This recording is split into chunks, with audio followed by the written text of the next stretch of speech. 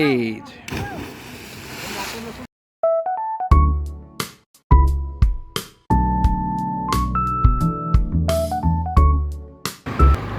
আসসালামু আলাইকুম সবাইকে। আশা করি সবাই ভালো আছেন।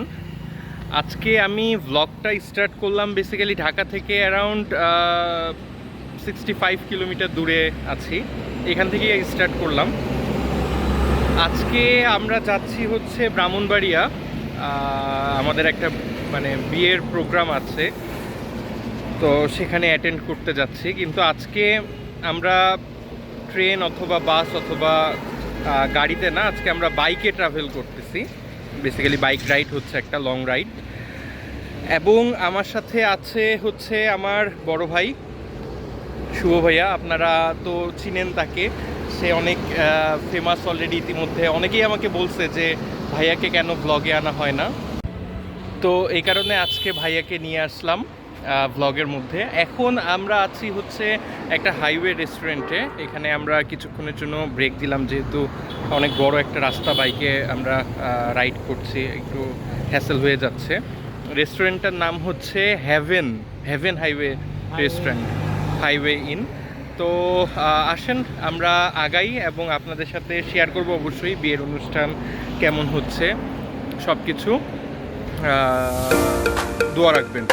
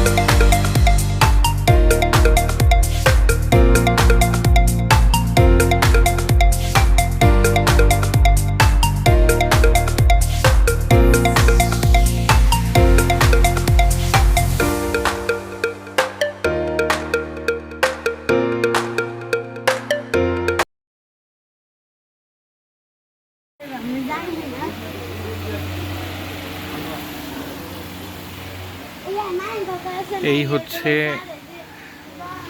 আমাদের ছোটোখাটোভাবে একটা আয়োজন, এবং এটা সম্পূর্ণ এখন ঘরোয়াভাবে হচ্ছে। আজকে বৌভাত, চাচা আছে, ভাইরা আছে। ভাই একটু তাকান এদিকে, একটু হাই বলে দেন সবাইকে। তো দেখা যাক, গেস্ট এখনো আসা শুরু করেনি, অবশ্যই আপনাদের জানানো হবে ইনশাল্লাহ।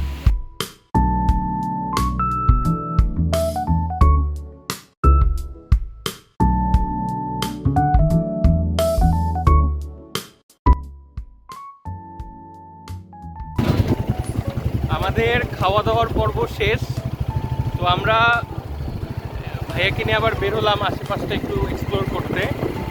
তো এখন আমাদের প্ল্যান হচ্ছে আমরা ধুরন্তির দিকে যাচ্ছি। এটা বেসিক্যালি একটা হাওর, তো নদীর সাথে কানেক্টেড, তিতাস নদীর সাথে। তো এখন তো আসলে বর্ষাকাল, তো আশা করতেছি ওখানে পানি থাকবে অনেক।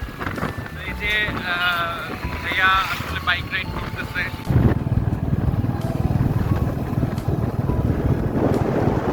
নীল আকাশ, এই হচ্ছে ধুরন্তি যাওয়ার রাস্তা। তো পরিবেশটা আসলে অনেক সুন্দর, আপনারা দেখতে পারবেন দূরে হাওর শুরু হয়ে গেছে। রাস্তার দুই সাইডেই পানি আর পানি।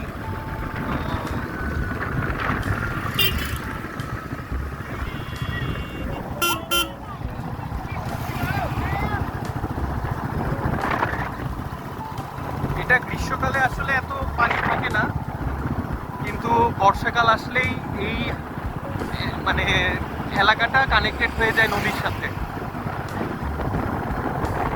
এখান থেকে নাসিরনগর 12 কিলোমিটার। আবহাওয়াটাও চমৎকার, চমৎকার একটা আবহাওয়া, বাতাসটাও অনেক ঠান্ডা।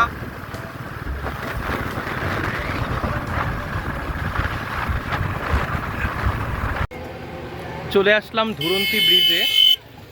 এটা একটা ব্রিজ যেটা এই আমার পেছনের যে এরিয়াটা দেখছেন এই এরিয়ার জলাশয়কে এই সাইডের জলাশয়ের সাথে কানেক্ট করছে, মাঝখান দিয়ে রাস্তা।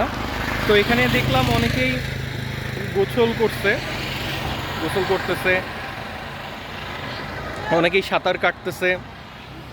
এই যে আপনারা যদি দেখেন আমার পিছনে যে সিনারিও, যেটা পানি আর পানি, হ্যাঁ, যতদূর চোখ যায়। আমি আপনাদেরকে অপোজিট সাইডটাও দেখাচ্ছি। সামনে হচ্ছে তিতাস নদী, এটা হচ্ছে মেইন নদী যেটা, এবং এটা হচ্ছে দ্বিতীয় ব্রিজ। এই ব্রিজটার নাম হচ্ছে কুড্ডা ব্রিজ। আমরা লাস্ট যে ব্রিজে ছিলাম সেখান থেকে 5 মিনিট বাইকে আসলেই আমরা এই কুড্ডা ব্রিজে আসলাম। এটা হচ্ছে তিতাস নদীর উপর অবস্থিত এই ব্রিজটা। বেসিক্যালি এই নদীটাই ওই এরিয়াটার সাথে বা নিচু ভূমিটার সাথে কানেক্টেড হয়ে একটা হাওরের মতো তৈরি করছে। এখানে আমি যেটা দেখলাম যে এই সাইডে কিছু নৌকা আছে। আপনারা যদি আসেন বিকেলবেলা, এগুলো রেন্টে পাওয়া যায়, হ্যাঁ, ভাড়ায় চালিত। এরা মূলত এই নদী প্লাস আশেপাশের যে হাওর এলাকা এটা ঘুরায় দেখায়। এইখানে আসলে একটা জিনিস খেয়াল করলাম, অনেক ভাটা। এই ভাটাগুলো আসলে আমাদের জলবায়ু পরিবর্তন বা পরিবেশ দূষণের জন্য একটা বিশেষ ভূমিকা পালন করে। তো এগুলো আমাদের বন্ধ করা দরকার। যদিও বর্ষাকালে এই ভাটাগুলো বন্ধ থাকে, হ্যাঁ। তো এই হচ্ছে সেই নৌকা, এবং এটা হচ্ছে তিতাস নদী।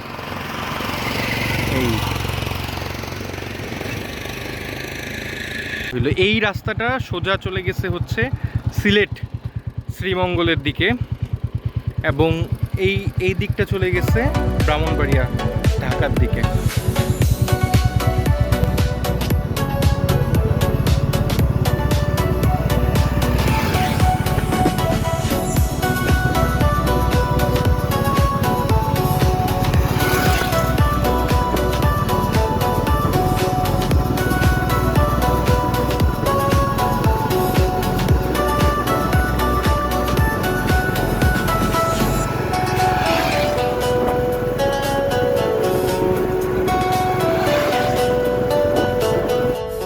আমরা চলে আসলাম হচ্ছে বিলের মাঝখানে। এই হচ্ছে সেই বিল যেটা আপনারা রাস্তা থেকে দেখছেন। এখন এই পানিটা আসলে এত দূর আসে, কিন্তু এরপর জমিটা উঁচু হয়ে যাওয়ার কারণে এখান থেকে ধান চাষ করে। আপনারা যদি দেখেন এখানে কিছু নৌকা রাখা আছে, যারা জেলে, এই যে জাল যারা শুকাচ্ছে, এরা এই নৌকায় করে মাছ ধরে। প্লাস হাঁসের খামার আছে। এই যে খামারটা দেখছেন, এটা হাঁসের খামার। এই হাঁসগুলো মূলত এই বিলেই বিচরণ করে, বড় হয়।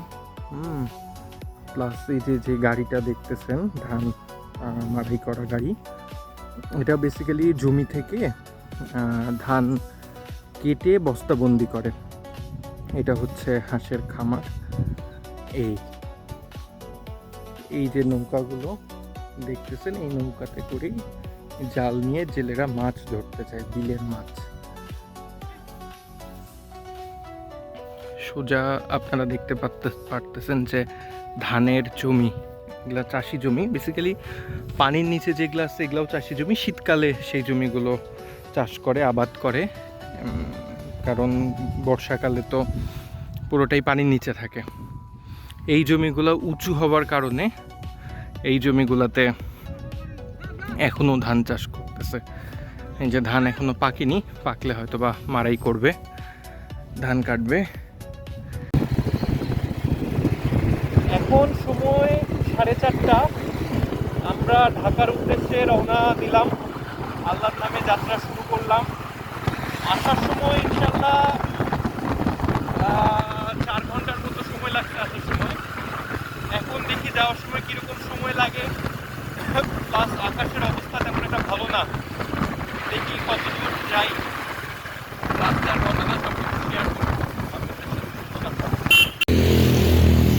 আমরা এখন আছি হচ্ছে ভৈরব ব্রিজের উপর। 23 কিলোমিটার রাস্তা কভার করে এখানে আসলাম। আরও প্রায় 80 কিলোমিটারের মতো যাইতে হবে রাস্তা। তো এই হচ্ছে পড়ন্ত বিকেল। এখন সময় হচ্ছে 5:30, 5:30। তো নদীতে অনেক ঢেউ, অনেক স্রোত নদীতে। হ্যাঁ, তো এই হচ্ছে নদী, ভৈরব নদী। আমরা আশুগঞ্জ থেকে বের হয়ে গেছি, এখন ভৈরবে যাব। ভৈরবে ঢুকবো, কিশোরগঞ্জের ভৈরবে।